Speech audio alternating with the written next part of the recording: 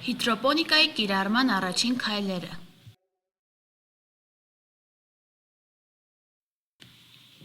Հիդրոպոնիկայի զարգացումը աշխարհում և Հայաստանում։ Առաջին հիդրոպոնիկական փորձերն իրականացվել են պրոֆեսոր Ջոն Վուդվորդի կողմից 1699 թվականին Լոնդոնում։ Բույսերի անհող աճեցման մեթոդիկայի մշակման գործում մեծ ներդրում են ունեցել հայտնի գիտնականներ Տիմիրյազևը և Պրյանիշնիկովը։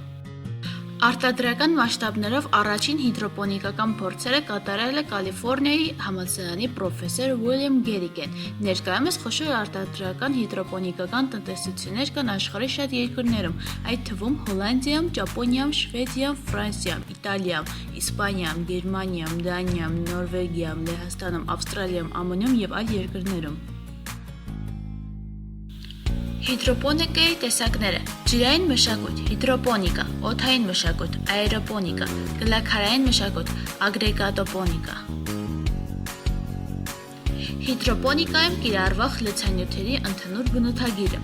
Հիդրոպոնիկայի տարատեսակներից աշխարհում լայն կիրառություն ունի ագրեգատոպոնիկան։ Այն բույսերի անխող աճեցման եռաֆազ համակարգ է, որտեղ որպես լցանյութ կիրառվում է բնական կամ արհեստական ծագման ծակոտկեն նյութեր՝ կլաքար, ավազ, պեմզա, գրանիտային խճաքար, հրաբխային խարամ, վերմիկուլիտ, պեռլիտ, կերամզիտ, հանքային բամբակ, ռոկվուդ և այլն։ Հիդրոպոնիկայում կիրառվող լցանյութերը պետք է ապահովեն սննդալուծիչի ազատ ներհոսք և արտահոսք, ինչպես նաև բույսերի արմատային համակարգի լավ օդափոխություն, ընդունակ լինեն կլանելու և իրենց մակերեսին պահելու ջուրը և սննդարար աղերը, ունենան չեզոքին մոտ ռեակցիա, լինեն կայուն հողմահարման և քայքայման նկատմամբ, լինեն իներտ, այսինքն փոխազդեցության մեջ չմտնեն սննդարար լուծիչի հետ։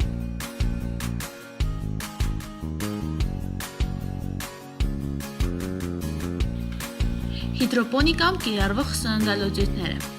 Սննդալուծիչի կազմը կարևոր նշանակություն ունի անհող աճեցման պայմաններում բույսերի նորմալ աճի և զարգացման համար։ Գոյություն ունեն մոտ 1000 տեսակի սննդալուծիչներ, որոնք միմյանցից տարբերվում են ինչպես կազմով, այնպես էլ սննդարար տարրերի քանակով և հարաբերությամբ, որից կախված է բույսի արմատների կողմից դրանց կլանման բնույթը։